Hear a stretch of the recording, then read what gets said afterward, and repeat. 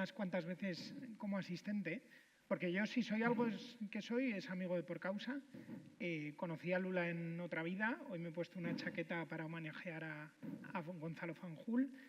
Y ahora estoy, como decía Salini, que gracias también por la introducción, en Became Media, que invertimos en medios de comunicación, hemos entrado en agenda pública, entre otras cosas. Y esta mesa, el foco, porque aquí durante los 2 días de congreso se ha hablado mucho de las dificultades que afrontan los periodistas, de los retos que hay muchas veces en el trabajo de campo, sobre terreno, pero a veces se nos olvida también los desafíos que hay en la gestión.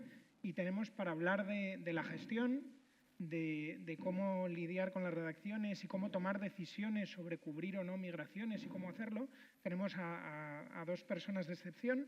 Nos acompaña Virginia Pérez Alonso, directora de Público, e Ignacio Escolar, director y fundador también del diario.es. Ellos están curtidos en muchas redacciones, han visto muchos proyectos desde distintos ángulos y a mí la primera pregunta que me surgiría es cómo al frente de un medio se toma la decisión estratégica de dar relevancia a la migración. Yo antes hacía una cosa que decía Soledad Gallego en la anterior charla, o Martín, me parece que ha sido, buscando en Google News las últimas noticias, o en Discovery ya ni os podéis imaginar, ¿no? Pero en Google News las últimas noticias sobre migraciones y todo eran zascas políticos. Es verdad que ahora está el tema en el debate, pero zascas políticos. ¿Cómo se hace esa apuesta por no limitarnos al zasca, por no limitarnos a tratar la migración como una cosa que aparece de vez en cuando en el debate político, sino como una cuestión de fondo y transversal para el medio? Adelante. Creo que no se te escucha. Bueno, ya que tengo yo el micrófono, empiezo yo. Esto ha sido un sabotaje organizado con el equipo de sonido. En nuestro caso es que el diario.es, que tiene ahora ya 12 años, empezamos en el año 2012, desde el primer día decidimos que esto era para nosotros una prioridad. Está por aquí Gabriela Sánchez, que es nuestra responsable de Desalambre, que es la sección que dedicamos a migraciones y a derechos humanos en el diario.es, y que es una sección que existe cuando el diario.es no tenía sección de cultura, no tenía sección de internacional, no tenía, no te digo ya deportes, que seguimos sin tener, no tenía prácticamente nada. Éramos un periódico, como lo definió muy bien Juan Luis Sánchez, que tenía más secciones que periodistas en el arranque, ¿no? Empezamos un periódico muy pequeño, 12 personas, ahora somos ya una redacción bastante grande, la redacción central somos 135, las ediciones locales suman 90 personas más, o sea, ya es un equipo bastante grande, y siempre desde el primer momento hemos tenido un equipo específico dedicado a cubrir este tema. A cubrirlo no desde el punto de vista de los zascas políticos, pero tampoco exclusivamente y desde luego siempre huyendo de las noticias que lo planteen como un hecho que consiste en dar pena, ¿no? Por hacer la caricatura, ¿no? Nosotros hemos intentado politizar este asunto, que consiste en que si contamos que hay una serie de personas muertas en la frontera, en Melilla o en Ceuta, no lo contamos como un suceso, esto es político. Esto tiene que ver con decisiones políticas, tiene que ver con decisiones que toma la sociedad española, el gobierno español, y que la intentamos plantear así. Y hemos intentado también al mismo tiempo hacerlo intentando desmontar algo que en los últimos años está creciendo, que es este discurso contra la inmigración, que en realidad es racismo de toda la vida, importado ahora con nuevas fórmulas, y que otra de las prioridades es intentar también desmontar todos los bulos que circulan alrededor de este enfoque. Pero en nuestro caso no fue esto de cómo lo cuento intentando desmontar otras secciones, es que empezamos por ahí, empezamos por los derechos humanos, porque nos parecía que era un buen principio para cualquier cobertura de un periódico, y cuando el diario era solamente algo muy pequeñito, que no tenía, pues eso, éramos una docena de periodistas en el equipo, ya entonces le dedicábamos tiempo, recursos, espacio, personas a esta cobertura. En el caso de Público, ahora ya sé que va, había sido tú, ¿eh? Yo juro que no. Ha sido un hacker. Bueno, al final los medios de comunicación, los periódicos sobre todo, no solo somos lo que contamos, somos también lo que no contamos, o sobre todo somos lo que no contamos, ¿no? Cuando yo llego a Público, yo llegué en el año 2016. Bueno, pues Público era un medio que tenía una marca ya bastante consolidada, muy consolidada, pero que en aquel momento, en aquella redacción, se hacía como de todo, ¿no? O sea, de todo al mismo tiempo, sin un orden establecido, ¿no? Y bueno, yo, pues una de las cosas que llevo haciendo casi toda mi vida es intentar poner orden en las redacciones y darles un sentido, ¿no?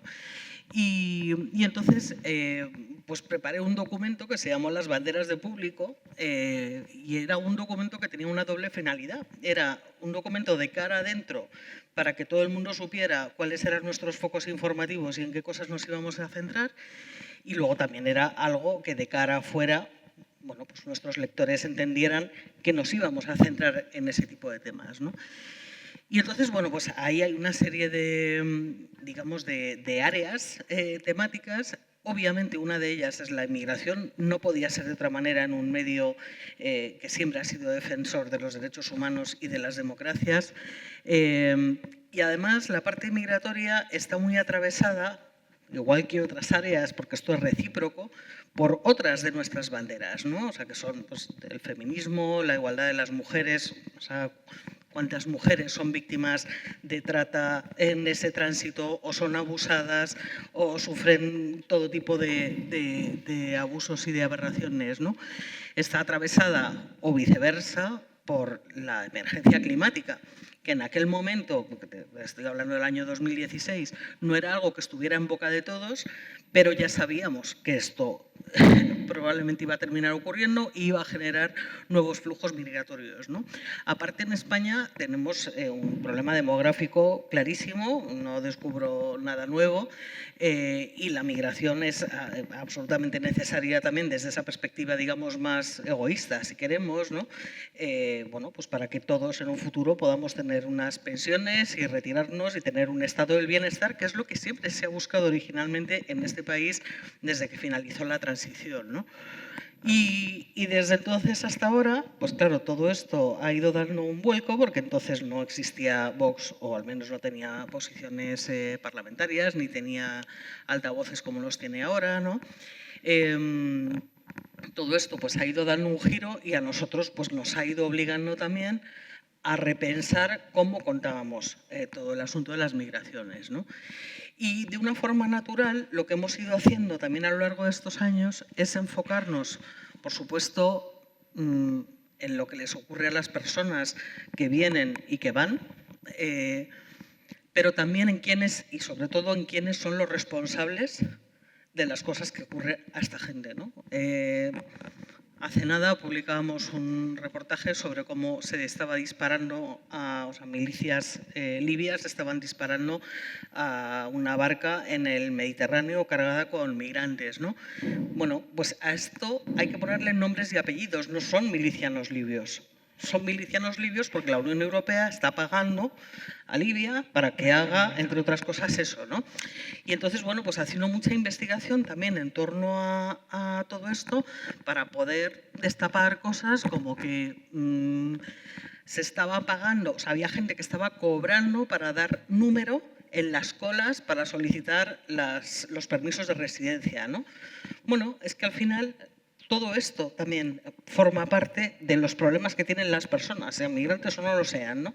Y eso es lo que intentamos hacer, ¿no? Ponerle cara, pero no solo a estas personas, sino a los responsables de la situación de estas personas. Decís, Desalambre nace casi cuando... O sea, ¿no? Al mismo tiempo. Decía Ignacio que al mismo tiempo y que había casi más secciones que periodistas. Dices tú, Verónica, también que es una bandera de Público desde el origen. ¿Y cómo resistir a la tentación, que lo decían antes en la charla de Martín y Sole, a la tentación del clic? Porque supongo que tendréis datos. ¿Cómo funciona frente a otras informaciones? ¿Cómo intuyo que a veces hay que resistirse a la tentación e incluso a veces de convertir la información de inmigración, porque decía Ignacio que es política y creo que tiene una dimensión política, pero cuando la entregamos, ¿no? por el fango de lo político, a veces puede darnos una imagen falsa que es que suben los lectores porque nos vienen los haters de un lado o de otro, ¿no? pero al final no estamos... Fíjate que ningún esto que contenido planteas es un tema interesantísimo. Creo que se nos puede ir un poco de la mesa porque creo que tanto Virginia como yo nos apasiona y hemos hablado mucho de este asunto, que es hasta qué punto se está distorsionando los modelos periodísticos por el clic a cualquier precio, ¿no? Para los que no sepáis al detalle qué está pasando en la prensa en España con este asunto. Para muchos medios el 90% del tráfico, y creo que no exagero, llega a través de una herramienta de Google que se llama Google Discover, que es un algoritmo que te muestra en todos los teléfonos Android, que son la mayoría, el 80% del mercado más o menos es Android.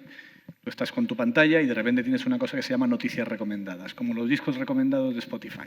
Esto es un algoritmo que mide dónde haces clic, cuándo haces clic, cuánto tiempo estás después de hacer clic, si vuelves, si no vuelves, y va aprendiendo de ti, pues como cualquier algoritmo de las otras herramientas tecnológicas que usamos, como TikTok, que acaba sabiendo más de ti que tu pareja.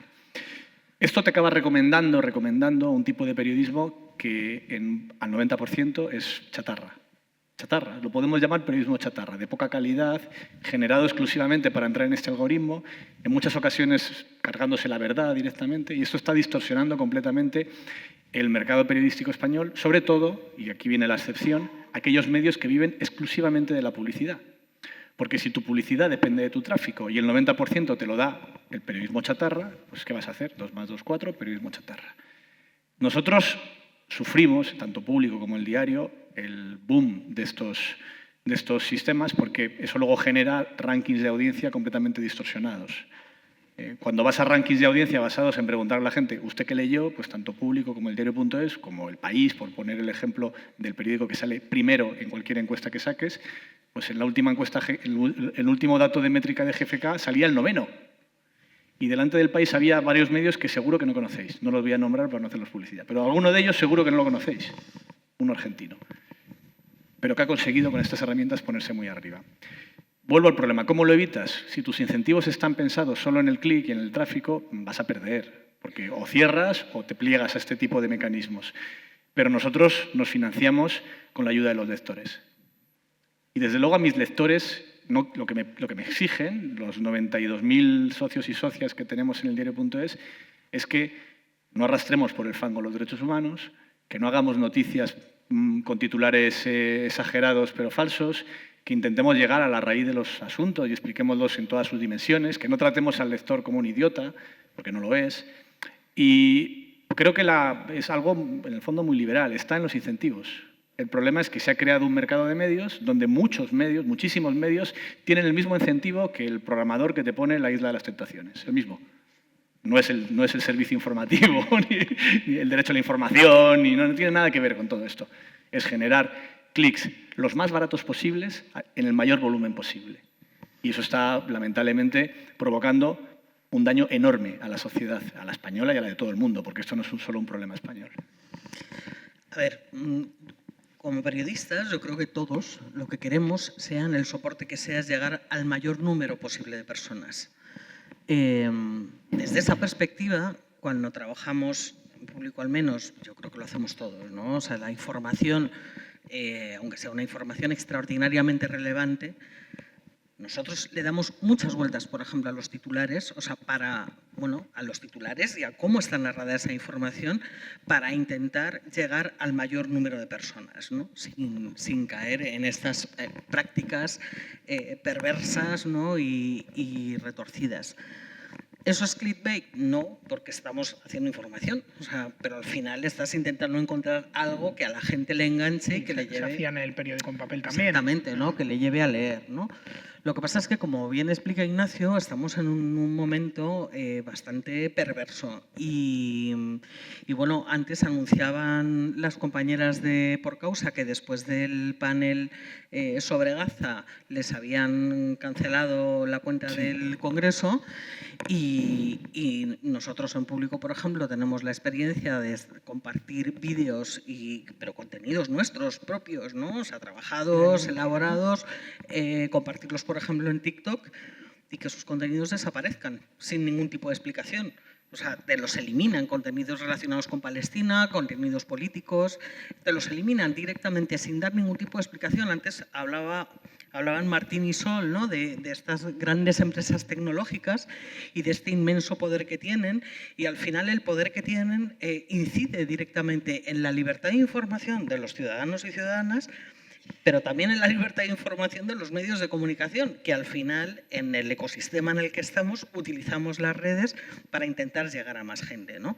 Instagram, por ejemplo, por defecto, no te muestra contenido político. O sea, tiene un tic marcado en la herramienta que es no te voy a mostrar contenido político, y por defecto a cualquier usuario que se da de alta en Instagram eso le aparece marcado. Claro, nadie entra en las especificidades de Instagram a ver qué es lo que te ha marcado o no te ha marcado, ¿no?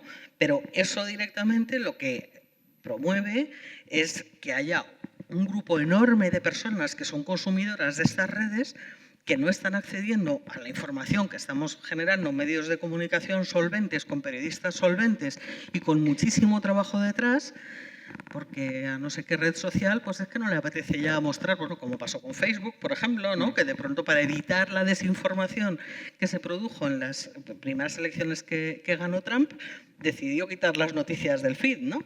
Bueno, los medios tenemos una dependencia de las redes sociales, desafortunadamente la teníamos cada vez menos, porque obviamente esto va donde va, ¿no? Pero, o sea, yo creo que no se trata tanto como se llama la mesa, ¿no? De encajar este contenido, ¿no? Huyendo de otros, sino de cómo compaginas todo lo que haces y le das una coherencia y tiene un sentido. Para nosotros hablar de migraciones no es encajar como con calzador ese tipo de informaciones en el periódico, es lo natural, o sea, es algo que está en el día a día, ¿no? Yo es que soy, o sea, entiendo las reflexiones que ponéis sobre la mesa, pero soy optimista. Uno, por ejemplo, con la dependencia de las redes sociales, es verdad que muchos medios quedaron desnudos con cambios de algoritmo y creo que hay una reflexión también autocrítica en muchos medios de que vamos a volver a cuidar la home, a buscar que el tráfico sea directo a nosotros, ¿no? Lo mismo con fijándose en otras métricas que los lectores a kilos. Yo me acuerdo una época que un periódico conocido, no diremos cuál, siempre estaba el primero porque metían mucha publicidad en Facebook de noticias que dinamitaban su línea editorial, porque eran de Gran Hermano y de no sé qué.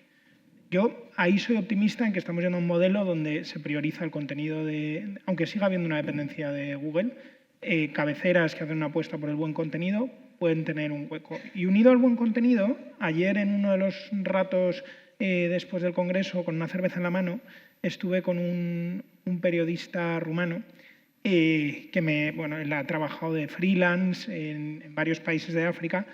Y surgió la conversación y decía que España es de los países que paga peor, con mucha diferencia, a los freelance. ¿Cómo afronta una redacción que al final tiene recursos limitados, pero esta tesitura de oye, al final estás intentando pagar a una persona que se juega la vida muchas veces? Y me decía en orden de magnitud que había piezas que a él en Rumanía le podían pagar a 300 o 400 euros y medios españoles las pagan a 100.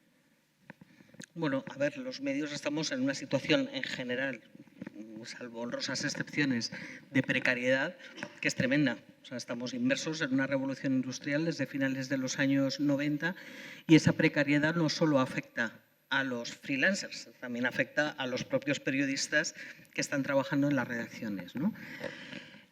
Yo soy partidaria de no comprar nunca una información a alguien que se va a jugar la vida.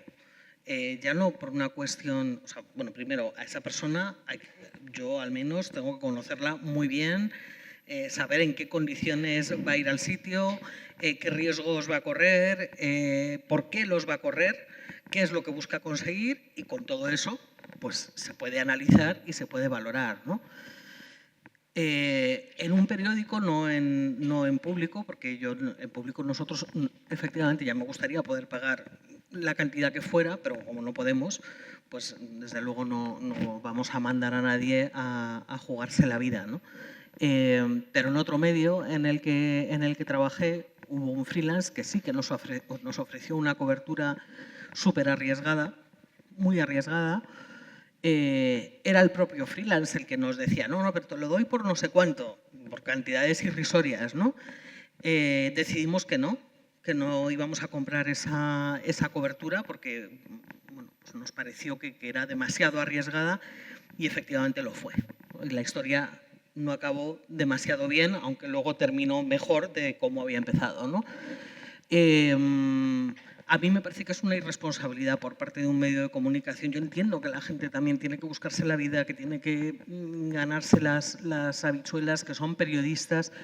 Yo, como directora de un medio, no me la juego a ser responsable, y menos por cantidades ridículas de dinero, de que alguien se la juegue de esa manera, ¿no? Nosotros este mismo debate lo tuvimos recientemente con la guerra de Ucrania. ¿A quién mandábamos? ¿Quién iba a ir a cubrir la guerra de Ucrania? Había ya varias personas que estaban sobre el terreno, freelance, y decidimos que no lo podíamos cubrir así. Y estuvieron allí varias periodistas del diario.es, María Ángela Paone, que acabáis de estar con ella, que no es una freelance, es una redactora del diario.es, y también la propia Gabriela, que también está por aquí, que estuvo también en la cobertura de Ucrania. Como explicaba Virginia, es una decisión complicada, en el sentido de que muchas veces te encuentras con que tienes zonas de conflicto donde no tienes a nadie y hay alguien allí. Y fíjate que ya no es ni siquiera una cuestión de cuánto pagas o dejas de pagar, porque dices, bueno, evidentemente pagando 300 euros es mucho más barato que mandar a alguien a Ucrania, ¿eh? O sea, nos habría salido mucho más barato tener al freelance en Ucrania, que había varios buenos, con experiencia, que estaban allí ya, que movilizar a una periodista del diario con un fotógrafo que contratamos para esa cobertura y que estuvo con un contrato laboral cuando estuvo allí, no como freelance, es decir, hacerlo de otra manera, pero es que creo que no lo puedes hacer de otra fórmula. Nosotros creo que en las cuentas que publicamos cada año contamos todos los datos, contamos también lo que nos gastamos en colaboradores. El diario.es en sus inicios pagaba muy mal y ahora paga algo mejor. Y en todo, en la redacción, los colaboradores, pero en el caso concreto de las coberturas de riesgo yo creo que no pueden estar en alguien que no tiene una vinculación laboral con el periódico, porque si pasa algo, ¿cómo te lo vas a explicar a ti mismo? Claro, nosotros a Ucrania también mandamos a redactores de Público, ¿no? A los primeros meses, sobre todo, ¿no?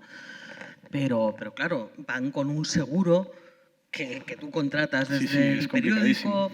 O sea, es todo muy complejo. O sea, no es una cosa de, venga, ahora me voy mañana y ya. No, es que no puede ser así, ¿no? O sea, son zonas complicadas. Imagínate, por ejemplo, la guerra de Siria, ¿no? Bueno, o sea, es que son zonas en las que en un momento, en un segundo, se acabó. Entonces, a mí me parece, yo no asumo esa responsabilidad, desde luego, con alguien que es freelance, porque me da pavor. Y decíais, desafío en la cobertura de Ucrania, sin duda, pero otras situaciones que haya sido un desafío, particularmente, entiendo, en materia de migración, para el medio, de cómo plantear la cobertura.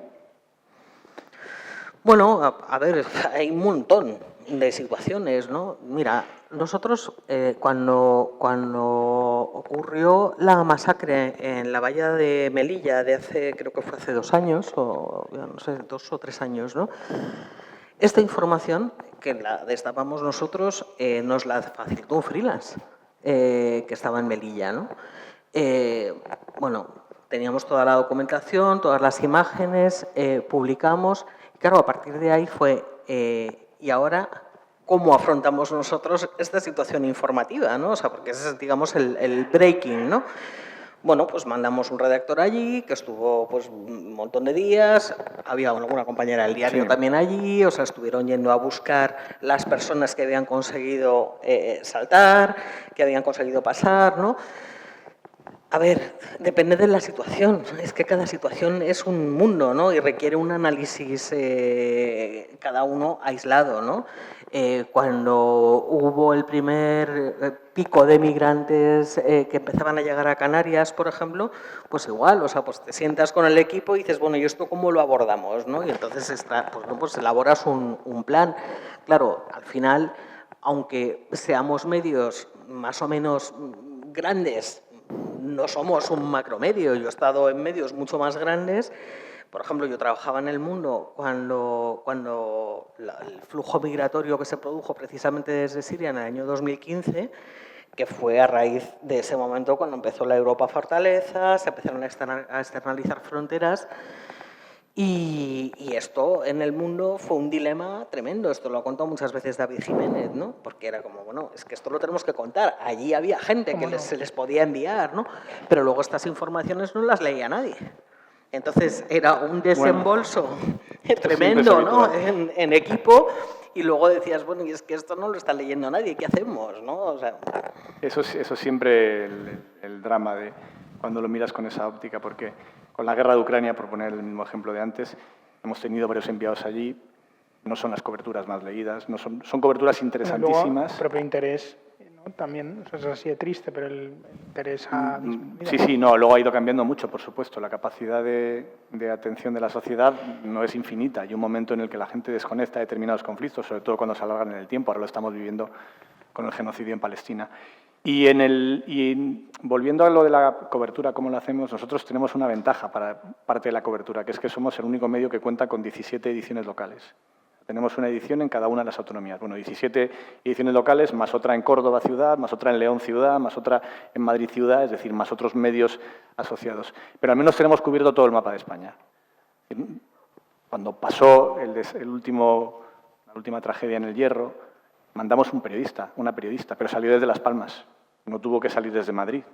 Nosotros ya tenemos gente en Canarias, muy buena, que además lo cubre muy bien y que es especialista y que está informando de todo lo que está pasando allí desde hace mucho tiempo. No llega como un paracaidista allí y pregunta dónde queda el aeropuerto, sino que vive allí. Entonces, esto en muchas de las coberturas nos da una ventaja, que es que estamos en el terreno, estamos con periodistas físicamente en las zonas, al menos en toda España.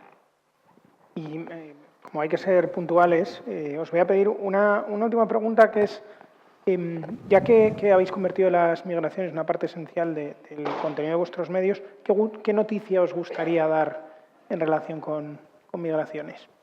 ¿Que abriera el diario.es o Público con qué tema? Bueno, a mí particularmente me encantaría poder dar la derogación de varios artículos de la Ley de Extranjería,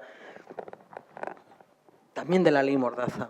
O sea, por ejemplo, el tema de devoluciones en caliente y demás, pero la Ley de Extranjería que impiden, sobre todo a muchísimas mujeres, poder vivir libremente en este país, ¿no? Creo que esa sería una grandísima noticia. Y luego ya si hablamos en otros términos, digamos, pues me gustaría poder decir que en España hay una integración real y hay una convivencia real de todas las personas, que no hay identificaciones de personas migrantes cada 2 minutos aleatorias o lo que contaban los chavales que han estado aquí hablando, que te pone un poco los pelos de punta, ¿no? O sea, que un chaval da igual que tenga 17 años, 16 o 18 y 3 días o 21, me da exactamente igual. Que le metan a un chaval en una celda y le dejen 4 días con la luz encendida, me parece que es un abuso, o sea, que no lo podemos permitir y nosotros como periodistas deberíamos estar denunciando esto de forma sistemática. Fíjate, yo en esta pregunta me siento como las Mises. Yo desearía la paz en el mundo, ¿no? Pero, o no sé, o el cumplimiento de los derechos humanos o el fin del racismo. Pero por ser más concreto y desear algo que creo que en algún momento ocurrirá y que espero que ocurra lo antes posible, que terminen los bombardeos sobre Gaza. O sea, sí, fíjate qué pequeñito lo que pido, después de un año. Ya. Todos.